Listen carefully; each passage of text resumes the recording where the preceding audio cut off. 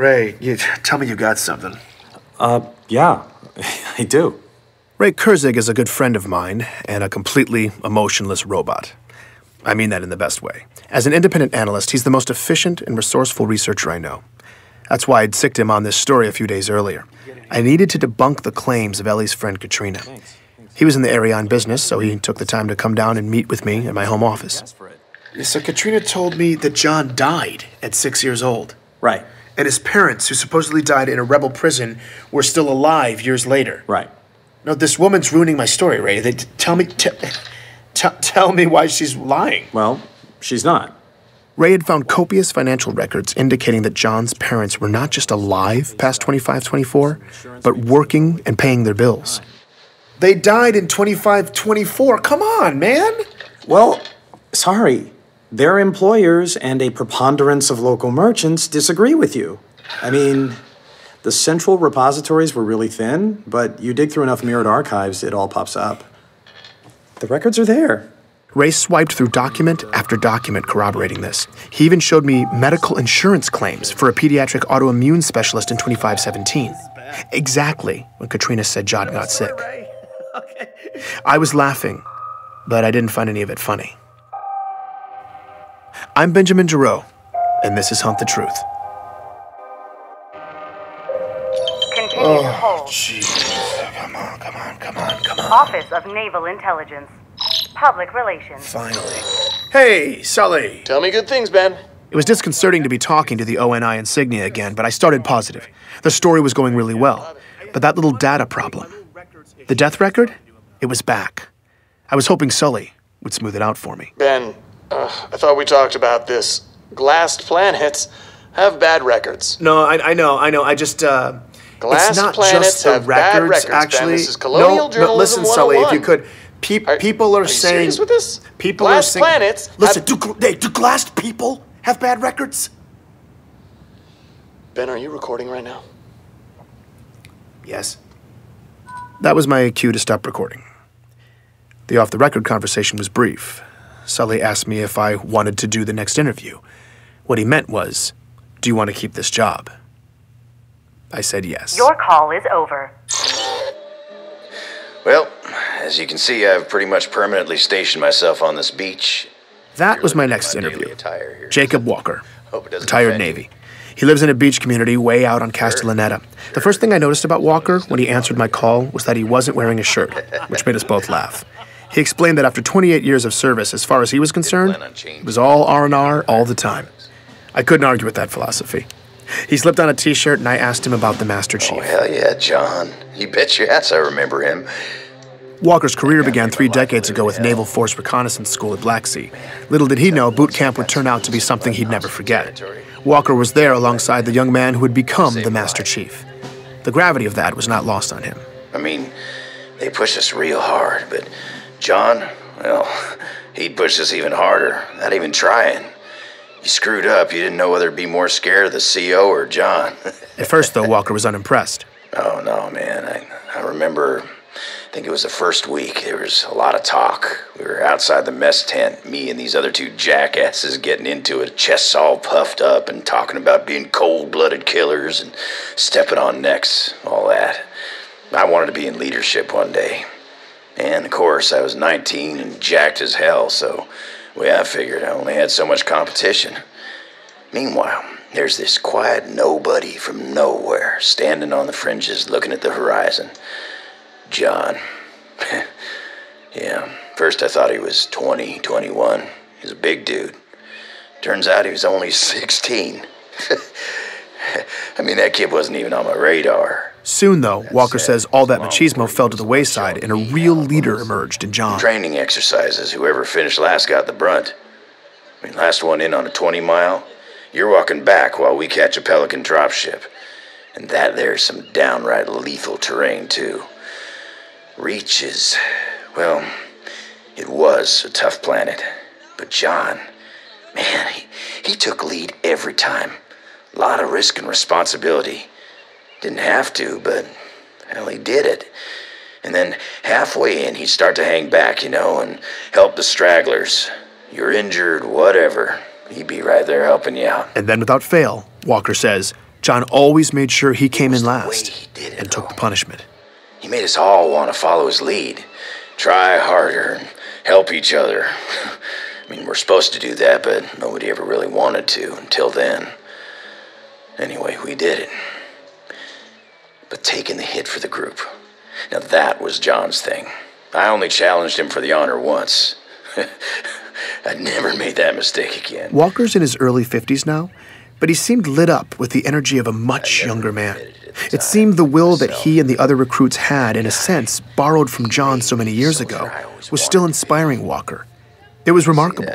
He knew John, lived with him for months, yet to him, John still seemed to be an almost mythical character. What he was able to do, getting back on his own like that in the pitch black, no nav equipment, man, he was inhuman.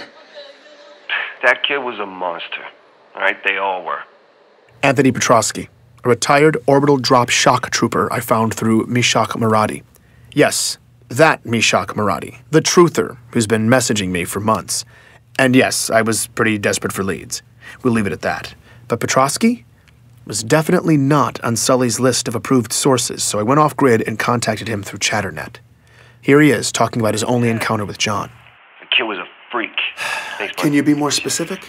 Yeah, I'd be happy to.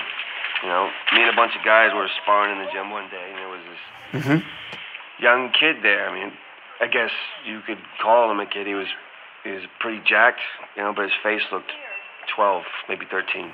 12 or 13? After enlisting, John didn't even finish boot camp until at least 17. Petrosky had to be wrong about his age, but I let it go. Anyway, I guess he was acting tough when one of the guys asked his name. He told him, but he kind of, you know, gave him attitude, right? So people start mouthing off. Next thing I know, CPO orders the kid and 4 of the guys into the ring because they were supposed to fight him. Hold on, Anthony. Wait, you're telling me that the CPO ordered 4 soldiers to fight a high school kid? No, a 12 or 13-year-old, like I said. Yeah, fine. Either way, the CPO ordered 4 ODSTs to fight a kid. You got it all wrong, okay? Because those 4 ODSTs were like lambs to the slaughter. What, John outfought them? No. It was way worse. As he tells it, the ODSTs did as they were ordered. Get all ready, right? They get squared up. They surrounded John, and one of them swung. What happened next, Petrosky says, defied explanation. Because the sound this kid's fist made, it sounded awful. Because they weren't like punches, they were like rapid fire explosions. Okay, I was across the gym, but I heard it. It was sick. Like meaty cracks in a drum roll. It was just like... One of the ODSTs sustained a single body blow that instantly stopped his heart, killing him. Another trooper only took 1 shot from John as well. A punch that caved in the man's face. 2 fatalities, 1 ODST with a cracked pelvis and 1 with a shattered spine. That guy never walked again. No one had to break up the fight. It was over in less than 5 seconds. Wait, he killed them? What he did was impossible. What do you mean impossible? Like how? Like not human, all right? Like he was genetically augmented. So you're telling me that someone had augmented John? Someone had genetically augmented a child? Okay. No? Right. You think I'm lying? I believe right. That's what you honestly think you saw, but... Look, here's the thing, Ben. I don't care if you believe me or not. This makes no difference in my world. I was there and you were somewhere else.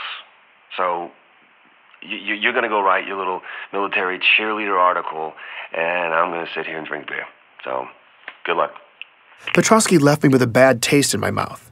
Now, it's no shocker that Spartans go through a few augmentations and upgrades, but those are fully developed adults. Could a 17-year-old, probably still growing, even survive that kind of procedure? It seemed horribly risky, and what if what Petrosky was saying was true? And John was only 13. Well, that was one hell of an accusation to make, the ethical implications of which were nauseating. I was still thinking about it the next day when Ellie Bloom's name popped up on my call list. I'd let her listen to a rough version of my first episode, and she had feedback for me. I didn't want to risk anyone listening in, so I let the call go, then hit her back on Chatternet. Well, 2 things. Okay. 2 major things. Okay, yeah. That boxing coach? Dion Govender, yeah. He's a liar. Okay. How is he lying? There wasn't any boxing at the high school. How do you know for sure? Because there wasn't any boxing on the entire planet. She'd said they'd outlawed it forever ago, after a kid got injured. Really big deal. Afterwards, there was a long-standing controversy over how youth boxing was illegal, but no one seemed to care about all the grav-ball concussions kids were getting. Regardless, by the turn of the century, she tells me nobody really boxed in Eridanus 2 anymore. She even gut-checks me, telling me to go ahead, ask anybody from the colony. They'd tell me the same thing. And there sure as hell wasn't a league for kids to do it at the high school. That's like saying there was a gun range at the toy store. It just didn't happen. And the other thing, those kidnappings by rebels in Elysium also didn't happen. Hold on. I know that's not true. You're wrong. Okay, the insurrection had a well-documented presence in Elysium. Yeah, they did, politically. They worked to influence local policy. It got tense, there was occasional violence, but nobody was abducted. We lucked out. It was peaceful. That's why Elysium was refugee central. So boxing coach, total liar. I needed to verify what she was saying, but I had the gnawing sense she was telling the truth again. But what did this mean? If she was right and none of that happened, the whole story was wrong. And terrifyingly, that would mean someone had fabricated all of it. I needed explanations from my previous sources, and I needed them now. I tried to reach Dion, the boxing coach, no response. Gabriella Dvorak, the lieutenant who liberated John, in the field, unreachable. So I tried detainment survivor Thomas Wu. He answered. Hello? Hi, Thomas? Who is this? Yeah, I'm sorry to call so late. Is it late there? I just need to ask you something really quickly. Okay. I had no idea what I was going to ask. Okay, do you know for absolute certain that Elysium suffered the same fate as your town? Yeah, I told you that. I know, but Thomas, I spoke to people who were in Elysium, and they said that wasn't true. Now, look, I know you went through a lot, but I want to know the truth. Okay. Do you know for absolute certain that Elysium City was under the violent control of insurrectionists? Look, what I told you before, that is the best I can remember. No, I'm sorry, but I don't believe that. You remembered it all perfectly. You rattled off the name of every single safe haven city in that region, and you only hesitated once. I was completely making this part up. I was going for broke. You only hesitated where you would have said Elysium City, right? I mean, look, I don't know for sure. But Elysium wasn't captured by the insurrectionists, was it? Hey, what are you, defending them? I'm definitely not defending... You know, after what they did, you're going to defend them? They left us locked up for weeks. They let all those people just die. And they did that all over the outer colonies. I mean, what does it matter if it was Elysium or somewhere else after everything that they did? Thomas, look, I'm sorry. I'm sorry that I have to bring it up. I just want peace of mind for my family. That's all I want. It's just... Wait, I don't understand. How does lying about insurrectionists in Elysium buy you peace of mind for your family? At that moment, Thomas suddenly seemed to become entirely lucid, and his tone changed completely. I shouldn't be talking to you. Wait, Thomas, hold on. I can't. Leave us alone. I suddenly became lucid myself, with a single awful realization. That entire conversation had just taken place over Waypoint. Anyone could have been listening. Please join me for the next episode of Hunt the Truth.